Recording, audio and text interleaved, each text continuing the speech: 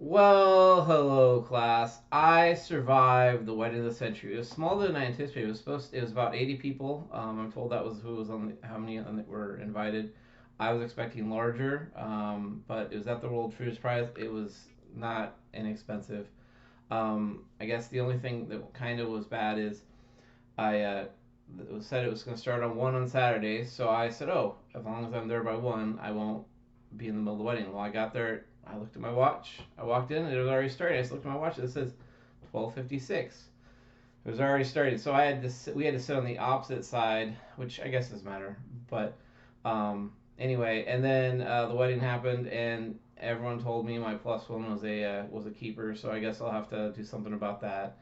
But it was a good time. Everyone uh, yeah, I don't get really into the dancing as much. I just want to sit and talk to people. But so the last half was not as fun as the first half for me. But yeah, it was a good time. And they're married now, so they what they're doing for their honeymoon is they're originally from Des Moines, but now they live in Junction City, Kansas. So their honeymoon is in luxurious Des Moines, where they're pretty much going out to eat every day because the place they live only has 2 restaurants. I don't know. It's their deal. Also, the season finale of the first season of House of the Dragons, and in addition to making dragons their pets, turns out bigger dragons can be made to eat smaller dragons, so they go to battle. The biggest dragon ate one of the smaller dragons, and like they were flying in the air, and one dragon just suddenly disappeared and got eaten. Well, you can guess what happened to the person who was riding on the dragon. He fell to his demise because people can't fly like dragons can. Anyway, so you're probably wondering I'm a little dressed down today. This is speech week in my face-to-face classes, so I'm not getting dressed up. And I thought, well, I could change and put on a white shirt, and I dressed down. I guess I should say I dressed down for speech weeks, so it's less intimidating. I guess I don't know if that's really true, but I dress down. So I wear. Oh, it's great. I wear track pants and a t-shirt. It's great. So I thought about I could put on a white shirt, then put on a dress shirt. But I said, you know what? We're just gonna go casual this week. This is also a light week, so that makes sense. There's not a whole lot going on this week, which is good because it's right after the final midterms.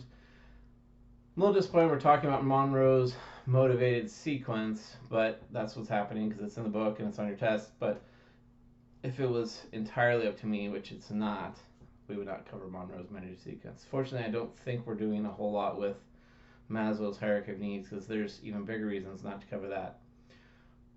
That's all I got. Also, it's cooling off, and so I posted my chili recipe. If anyone makes the chili, there's no extra credit involved, but I think you'll enjoy it. And if you go to the bottom, there's a don't knock it till you try it vegan style, and it's a little spicier.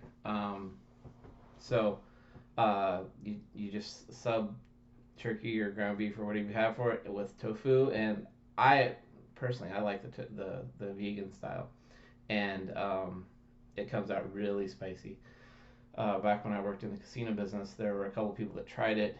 I brought it in, and they and not this is a little low key racism, but hashtag, but the two people who were Asian and they like really spicy food. These particulars, in general, also less specifically, but they needed divine milk after this vegan style. So try the chili, or don't. I don't really care.